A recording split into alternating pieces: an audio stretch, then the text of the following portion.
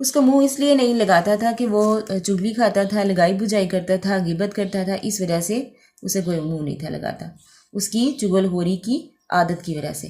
اور کسان نے چغل خور سے کیا سوال پوچھا تھا ابھی، یہ آپ نے دیکھا نا، اس نے پوچھا تھا تم کیا کام کر سکتے ہو، ٹھیک ہے۔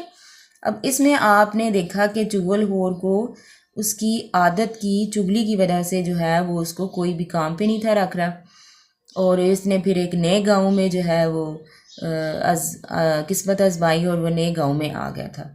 اب دیکھیں آگے کیا ہوتا ہے۔ اتفاق کی بات یہ ہے کہ وہ کسان اکیلا تھا اور کھیتوں کے کام کاج میں اس کا ہاتھ بٹانے والا کوئی نہ تھا۔ اسے ایک ملازم کی ضرورت بھی تھی، اس لیے اس نے سوچا کہ چلو اسے ہی ملازم رکھ لیتا ہوں، یہ بھی ضرورت مند ہے اور میرا بھی کام ہلکا ہو جائے گا۔ یہی سوچ کر اس نے چغل خور سے پوچھا، اگر میں تمہیں اپنے پاس ملازم رکھ لوں تو تم کیا تنخواہ لوگے؟ اس پر چغل خور نے بڑے اطمینان سے جواب دیا، کچھ نہیں، میری کوئی تنخواہ نہیں ہے۔ کسان کو اس کی بات سن کر بڑا تعجب ہوا کہ وہ کام بھی کرے گا اور تنخواہ بھی نہیں لے گا، بھلا یہ کیوں کر ہو سکتا ہے؟ اس نے حیرانی سے کہا، یہ کیسے ہو سکتا ہے؟ جواب میں چغل خور کہنے لگا، آپ مجھے صرف روٹی کپڑا دے دیں اور اس کے ساتھ ایک بات کی اجازت، بس یہی میری تنخواہ ہے۔ کسان پوچھنے لگا، کس بات کی اجازت؟ چغل خور بولا، آپ مجھے صرف اتنی اجازت دے دیں کہ 6 ماہ بعد آپ کی ایک چگلی کھا لیا کروں۔ چغل خور کی یہ بات تو اپنی جگہ بڑی تعجب کی تھی، لیکن کسان نے اپنے دل میں سوچا، مفت کا نوکر مل رہا ہے، خالی روٹی کپڑے میں کیا برا ہے؟ چنانچہ اس نے سوچا، 6 ماہ بعد ایک چگلی کھاتا ہے تو کھا لے، میرا کیا جاتا ہے؟ یہ کسی سے میری چگلی کھا کر میرا کیا بگاڑ لے گا؟ میرے پاس کون سے راز ہیں جو ظاہر ہو جائیں گے؟ لہٰذا اس نے چغل خور سے کہا، مجھے تمہاری یہ شرط منظور ہے۔ اب آپ نے اس سبق میں دیکھا نا کہ چغل خور نے صرف ایک چیز کی اجازت مانگی تھی، کس کی؟ چغل خوری کی، اور کتنا عرصہ دیا؟ 6 ماہ کا، کہ 6 ماہ بعد میں آپ کی چگلی کھاؤں گا، ٹھیک ہے۔ اور جو ہے کسان وہ بھی اس بات پہ مان جاتا ہے، اس کو تو لگ رہا تھا نا کہ یہ مفت کا نوکر ہے، ٹھیک ہے، لیکن آگے ہوا کیا تھا یہ دیکھتے ہیں۔ چنانچہ چغل خور کسان کے پاس ملازم ہو گیا، وہ کام بھی اسی کا کرتا تھا اور اسی کے گھر میں رہتا بھی تھا۔ روزانہ صبح سویرے کسان کے ساتھ کھیتوں میں چلا جاتا، بیلوں کے لیے چارہ کاٹتا، ہل چلاتا، گاہی کرتا اور اس طرح کام میں کسان کا برابر کا ہاتھ بٹاتا۔ دن گزرتے گئے اور کسان کو یہ بات بھی بھول گئی کہ 6 ماہ بعد چغل خور نے ایک چگلی کھانے کی اجازت مانگی تھی اور اس نے چگلی کھانے کی اجازت دے دی تھی۔ ادھر چغل خور کو کسان کے پاس ملازم ہوئے 6 ماہ بیت چکے تھے۔ اب اس کا دل چاہ رہا تھا کہ کسی سے کسان کی چگلی کھائے۔ وہ 6 ماہ سے اب تک اپنی اس عادت پر جبر کیے ہوئے تھا، مگر اب معاہدے کی مدت ختم ہونے پر اپنے آپ پر قابو پانا اس کے بس میں نہ رہا تھا۔ چنانچہ وہ عادت سے بالکل مجبور ہو گیا تھا اور اس نے سوچا کہ اب چاہے کچھ بھی ہو میں کسان کی چگلی ضرور کھاؤں گا، اور اب تو معاہدے کے مطابق میرا حق بھی بنتا ہے۔ ٹھہریں اور بتائیں، کسان نے کیا سوچ کر چغل خور کو ملازمت دی تھی؟ اس نے یہ سوچا کہ مفت کا نوکر ہے، اگر ایک چگلی کھا لے گا تو کیا جائے گا، اور صرف روٹی کپڑا ہی دینا پڑے گا، تنخواہ نہیں دینی پڑے گی، ٹھیک ہے۔ چغل خور نے کسان کے سامنے کیا شرط رکھی تھی کہ اس نے کہا تھا کہ میں 6 ماہ بعد آپ کی چگلی جو ہے وہ کھاؤں گا، تو اس بنا پر اس نے جو ہے وہ ملازمت اختیار کی تھی۔ ایک روز کسان حسب معمول اپنے کھیتوں میں گیا ہوا تھا اور گھر میں اس کی بیوی اکیلی تھی۔ یہ دیکھ کر چغل خور کسان کی بیوی کے پاس گیا اور بڑا ہمدرد بنتے ہوئے کہنے لگا، اگر تم برا نہ مانو تو میں تم سے ایک بات کہوں؟ کسان کی بیوی بولی، ضرور کہو، اس میں برا ماننے کی کیا بات ہے؟ چغل خور اور بھی زیادہ ہمدردی جتاتے ہوئے بڑے رازدانہ انداز میں بولا، دراصل کسان کوڑی ہو گیا ہے، اس نے اپنی یہ بیماری اب تک تم سے چھپائے رکھی ہے۔ کوڑی ہو گیا ہے؟ کسان کی بیوی نے چونک کر پوچھا۔ اسے بڑا تعجب ہوا، یہ بات اس کے لیے جس قدر نئی تھی اس سے کہیں زیادہ حیران کن بھی تھی۔ اب یہاں پہ اس نے چگلی کھانی تھی چغل خور نے، ٹھیک ہے، تو اس نے یہ کہہ دیا کہ کسان کو کوڑی ہو گئے۔ اب کوڑی کیا ہوتی ہے؟ کوڑی ایک مرض ہے جس میں آپ کا جسم جو ہے وہ گلنا سڑنا شروع ہو جاتا ہے، ٹھیک ہے، اور یعنی آپ کے جسم سے گوشت جو ہے نا ہڈیوں سے الگ ہونا شروع ہو جاتا ہے، اور جب یہ بیماری لگتی ہے تو انسان کے جسم سے کہیں سے تو جو ہے وہ جلد جو ہے یا گوشت جو ہے وہ اترنا شروع ہو جاتا ہے اور کہیں سے بڑھنا شروع ہو جاتا ہے، اور یہ چھونے کی بیماری ہوتی ہے، یعنی چھوت کی بیماری ہے، اور کہتے ہیں کہ اس طرح انسان کی جو شکل ہے نا وہ ایک شیر کی طرح ہوتی ہے، یعنی ابری ابری سی، ٹھیک ہے، اور یہ پاکستان میں بھی پھیلی تھی، کہتے ہیں کہ 1950 سے 1960 تک یہ پھیلی ہوئی ہے، اور پھر ایک ڈاکٹر نے یہاں پہ پاکستان میں آ کے جو ہے وہ اپنی خدمت کی تھی اور اس بیماری کو جو ہے نا وہ ختم کیا تھا، ٹھیک ہے۔ آگے دیکھتے ہیں۔ چغل خور نے جب اپنا تیر نشانے پر بیٹھتا دیکھ لیا تو بولا، اگر تمہیں یقین نہ آئے تو آزما کے دیکھ لو۔ اب تو کسان کی بیوی سوچ میں پڑ گئی۔ اس نے دل میں سوچا، ہو سکتا ہے ملازم ٹھیک ہی کہہ رہا ہو، بھلا اس کو مجھ سے ایسا جھوٹ بولنے کی کیا ضرورت ہے؟ پھر اس نے اسے سمجھاتے ہوئے کہا، اگر تم یہ جاننا چاہتی ہو کہ کسان کوڑی ہو گیا ہے یا نہیں تو کسان کے ہاتھ کو دانتوں سے کاٹ کر دیکھ سکتی ہو۔ اگر تمہیں اس کا ہاتھ نمکین محسوس ہو تو سمجھ لینا کہ میں سچ کہہ رہا ہوں۔ کسان کی بیوی کو چغل خور کی یہ تجویز پسند آئی۔ اس نے سوچا اس سے نوکر کے جھوٹ سچ کا پتہ چل جائے گا۔ اس نے کہا، اچھا، کل جب میں کسان کا کھانا لے کر کھیتوں میں جاؤں گی تو اس کے ہاتھ پر کاٹ کر ضرور دیکھوں گی۔ چغل خور کسان کی بیوی سے یہ باتیں کر کے سیدھا کھیتوں کی طرف چل دیا جہاں کسان پہلے ہی سے کھیتی باڑی کے کاموں میں لگا ہوا تھا۔ دراصل ان دنوں فصل پک چکی تھی جس کی وجہ سے کسان 2 روز سے اپنے گھر نہیں گیا تھا، اسے رات کو بھی کھیتوں میں ہی میں رہنا پڑتا تھا۔ چغل خور کسان کے پاس پہنچا اور اسے بڑی رازداری سے کہنے لگا، تم ادھر کھیتوں میں کام کرتے پھر رہے اور ادھر تمہاری بیوی پاگل ہو گئی ہے۔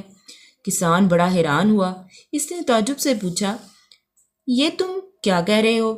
چغل خور نے اسے یقین دلاتے ہوئے کہا، میں سچ کہہ رہا ہوں، وہ تو پاگل پن میں لوگوں کو کاٹنے کو دوڑتی ہے۔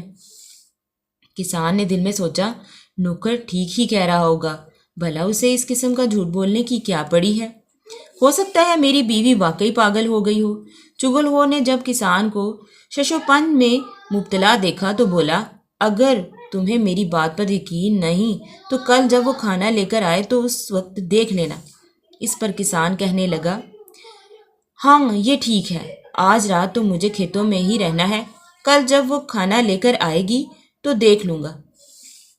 چغل خور نے جب یہ جان لیا کہ کسان اس کی باتوں میں آ گیا ہے تو وہاں سے کسان کے سالوں کے پاس چلا گیا اور بولا، تم لوگ یہاں مزے کر رہے ہو اور تمہاری بہنوئی تمہاری بہن کی بے عزتی کرتا ہے۔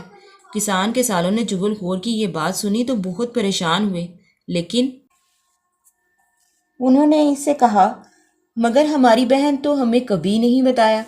اس پر چغل خور بولا، وہ بیچاری شرم کے مارے تمہیں کچھ نہیں بتاتی، ورنہ کسان کھیتوں میں سب کے سامنے اس کی بے عزتی کرتا ہے، لیکن ہم تمہاری بات پر کیسے یقین کر لیں؟ اس پر چغل خور جھٹ سے بولا، اگر تم لوگ یہ سمجھ رہے ہو کہ میں جھوٹ کہہ رہا ہوں تو کل دوپہر کو جب تمہاری بہن کھانا لے کر کھیتوں میں جائے گی اس وقت تم خود اپنی آنکھوں سے دیکھ لینا۔ کسان کے سالے یہ بات سن کر غصے میں تلملانے لگے، بھلا وہ اپنی بہن کی بے عزتی کیسے برداشت کر سکتے تھے؟ انہوں نے چغل خور سے کہا، اچھا کل ہم کھیت میں چھپ کر یہ سب کچھ اپنی آنکھوں سے دیکھیں گے۔ اب یہاں پہ دیکھیں کہ چغل خور نے کیا کیا تھا کہ پہلے تو بیوی کو جو ہے ورگلایا تھا، پھر کسان کو ورگلایا، اور پھر وہ سالوں کے پاس گیا، یعنی کسان کے سالوں کے پاس گیا، یعنی کسان کی بیوی کے بھائیوں کے پاس، اور ان کو کہا کہ یہ جو ہے وہ اس کی بے عزتی کرتا ہے تو آپ اس کے بارے میں کچھ نہیں کریں گے۔ تو اس طرح جو ہے اس نے ایک سارا ماحول پیدا کیا تھا۔ اب آگے دیکھیں۔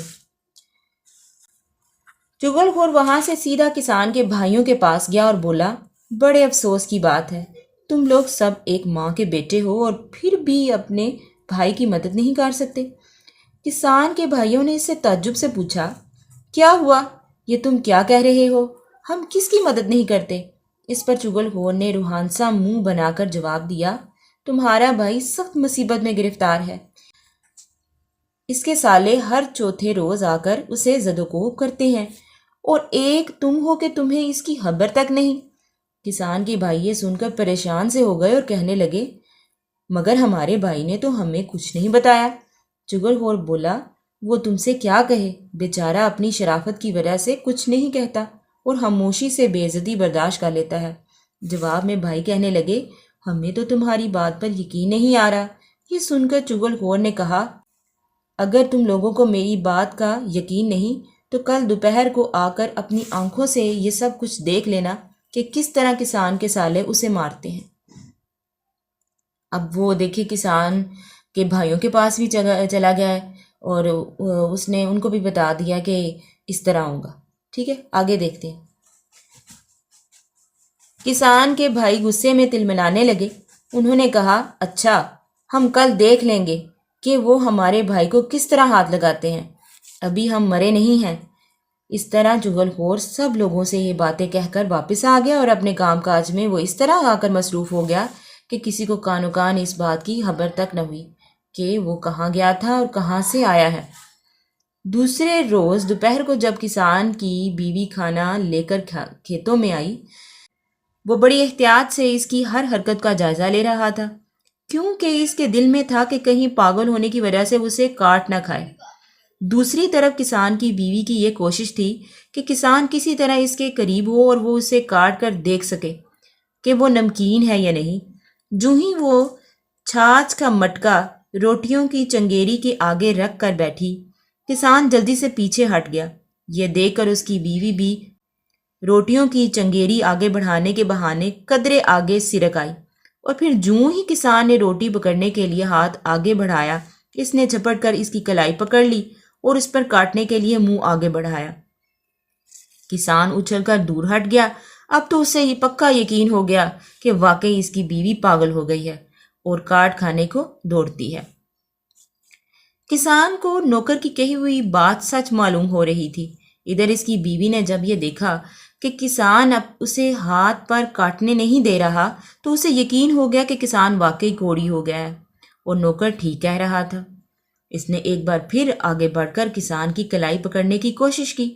یہ دیکھ کر کسان نے آؤ دیکھا نہ تاؤ اور اپنی بیوی کو بری طرح ڈانٹنا شروع کر دیا۔ جوں ہی اس نے بیوی کی بے عزتی شروع کی، قریب ہی کھیت میں چھپے ہوئے کسان کے سالے باہر نکل آئے۔ ان کے سامنے ان کی بہن کی بے عزتی ہو رہی تھی۔ وہ سارے کے سارے للکارتے ہوئے آگے بڑھے اور کسان پر ٹوٹ پڑے۔ آج دیکھتے ہیں تم کس طرح ہماری بہن کی بے عزتی کرتے ہو۔ ان کا آگے بڑھنا تھا کہ دوسرے کھیت میں چھپے ہوئے کسان کے بھائیوں نے دیکھا کہ واقعی نوکر نے انہیں صحیح اطلاع دی تھی۔ انہوں نے جواب میں کسان کے سالوں کو للکارا، آج دیکھتے ہیں تم ہمارے بھائی کو کس طرح مارتے ہو۔ اس کے بعد وہ سب ایک دوسرے پر بل پڑے۔ وہ ہنگامہ ہوا کہ ارد گرد کے کھیتوں میں کام کرنے والے دوسرے لوگ بھاگ کر آئے اور انہوں نے بیچ بچاؤ کرا کے انہیں ایک دوسرے سے الگ کیا۔ پھر جب ان سب کا غصہ قدرے کم ہوا تو ان سے لوگوں نے پوچھا، تم لوگ اس طرح کیوں لڑ رہے تھے؟ اس پر سب نے اپنی اپنی بات بتائی کہ یوں نوکر ہمارے پاس آیا تھا اور اس نے یہ بتایا تھا۔ اس طرح جب سب اپنی بات بتا چکے تو پتہ چلا کہ یہ سب کچھ چغل خور کا کیا دھرا ہے۔ ٹھہریں اور بتائیں، کسان کیوں کنکھیوں سے بیوی کو دیکھ رہا تھا؟ کیوں دیکھ رہا تھا؟ کیونکہ وہ جائزہ لے رہا تھا کہ اس کی بیوی پاگل تو نہیں ہو گئی۔ ٹھیک ہے، کسان کے خاندان میں کس نے بیچ بچاؤ کروایا تھا؟ ارد گرد کے جو کام کر رہے تھے کھیتوں میں لوگ، ٹھیک ہے نا، وہ انہوں نے جو ہے وہ بیچ بچاؤ کروایا تھا، ان کو بچا لیا تھا۔ اب وہ سارے مل کر چغل خور کی تلاش میں نکل پڑے، لیکن اس وقت تک چغل خور وہ گاؤں چھوڑ کر کہیں اور جا چکا تھا۔ کہتے ہیں وہ دن اور آج کا دن چغل خور کا کہیں پتہ نہ چل سکا۔ یہی وجہ ہے کہ آج بھی کوئی چغل خور یہ نہیں مانتا کہ وہ چغل خور ہے۔ دراصل اسے اس بات کا ڈر ہے کہ اگر اس نے یہ بات تسلیم کر لی کہ وہ چغل خور ہے تو کسان اس کے سالے اور اس کے بھائی اسے ماریں گے، اس لیے ہر چغل خور کہنے پر ناراض ہو جاتا ہے۔ ہم دیکھتے ہیں کہ ہم نے سیکھا کیا ہے۔ چغلی کرنا ایک نہایت بری عادت ہے اور ہمیں ایسی بری عادات سے ہمیشہ دور رہنا چاہیے۔ جب کوئی شخص ہمیں کوئی بات بتائے تو اس بات پر اندھا یقین کر لینے کی بجائے پہلے اس بات کی تصدیق یا تحقیق کر لینی چاہیے۔ عادات اچھی ہوں یا بری، اگر پختہ ہو جائیں تو ان سے جان چھڑانا انسان کے اپنے بھی بس میں نہیں رہتا۔ اس لیے ہمیں چاہیے کہ ہمیشہ اپنے کردار یعنی اپنی عادات اور رویوں وغیرہ پر خود کڑی نظر رکھیں، اور جو ہی اپنے اندر کسی بری عادت یا رویے کو پنپتا دیکھیں تو فوراً اسے پیچھا چھڑانے کی کوشش کریں، تاکہ کل کو وہ عادت کہیں ہماری فطرت یا شخصیت کا لازمی جز ہو کر ہمارے اپنے لیے اور ہمارے ارد گرد کے لوگوں کے لیے مخلق نہ بن جائے۔ ٹھیک ہے، اس طرح آج ہم نے یہ سیکھا ہے۔ آگے ہم اس کا بک ورک کرتے ہیں۔ بک ورک میں سب سے پہلے دیکھیں، سوال نمبر 3 ہے، سبق کے مطابق درست جواب کا انتخاب کیجئے۔ ایک دوسرے کی چغلی کھانا اور ایک کی بات دوسروں سے کرنا عادت تھی چغل خور کی۔ کسان چغل خور کو تنہا دیتا تھا، کچھ بھی نہیں۔ چغل خور نے کسان سے اجازت لی کہ وہ اس کی ایک چغلی کھائے گا 6 ماہ بعد۔ چغل خور نے کسان کی بیوی سے بولا، جھوٹ۔ چغل خور کی بات سن کر کسان کے سالوں کو غصہ آیا۔ چغل خور نے کسان کے خاندان میں لڑائی کروا دی۔ ٹھیک ہے، اس طرح یہ آپ کا سوال مکمل ہوا۔ آگے جو آپ کا سوال ہے وہ ہے زبان شناسی۔ سوال نمبر 4 ہے، درج ذیل محاورات کو درست کر کے تحریر کیجیے۔ اب آپ کو پتہ ہے محاورات جو ہوتے ہیں اس میں الفاظ جو ہیں وہ تبدیل نہیں ہوتے۔ جیسے اگر آپ یہاں پہ غور سے دیکھیں گے تو یہاں پہ ہے گریبان چڑھانا، تو گریبان چڑھانا تو نہیں ہوتا نا، یہ کیا ہے، آستین چڑھانا۔ ہرے باغ دکھانا، سبز باغ دکھانا۔ تاروں سے باتیں کرنا، آسمان سے باتیں کرنا۔ گدھے بیچ کر سونا، گھوڑے بیچ کر سونا۔ ہتھیلی پر تیل جمانا، ہتھیلی پر سرسوں جمانا۔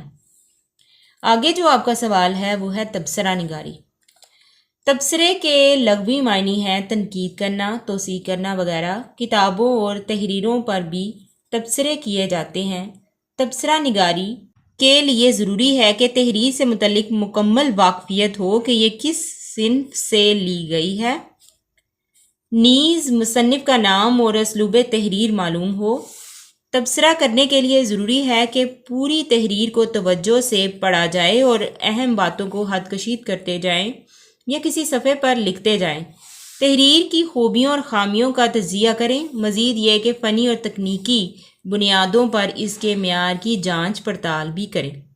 ٹھیک ہے، اب یہ دیکھیں لفظوں کا کھیل۔ سوال نمبر 5 ہے، ان الفاظ و تراکیب کو اپنے جملوں میں استعمال کیجیے۔ تو آپ نے یہ جو الفاظ آپ کو دیے گئے ہیں ان کو آپ نے جملے میں تبدیل کرنا ہے۔ جیسے بادشاہ، شیر جنگل کا بادشاہ ہے۔ تعجب کی بات ہے علی نے سارا سال محنت نہیں کی اور پھر بھی امتحان میں اول آ گیا۔ لالچی انسان کا پیٹ کبھی نہیں بھرتا۔ فقیر، بے روزگاری کی وجہ سے دن بدن فقیر بڑھتے ہی جا رہے ہیں۔ خوشامدی لوگ دوسروں کی خوشامد کر کے اپنا مطلب نکال لیتے ہیں۔ آگے جو ہمارا سوال ہے وہ ہے تخلیقی لکھائی۔ اخلاقی اسباق پر مبنی کہانیوں کی کوئی کتاب انٹرنیٹ یا لائبریری سے تلاش کر کے پڑھیے اور بیان کی گئی حقیقت اور مصنف کے خیال پر تبصرہ کیجیے۔ تو یہ آپ کا عملی کام ہے، یہ آپ نے خود کرنا ہے۔ آگے ہے سوال نمبر 7، سبق چغل خور کا خلاصہ تحریر کریے۔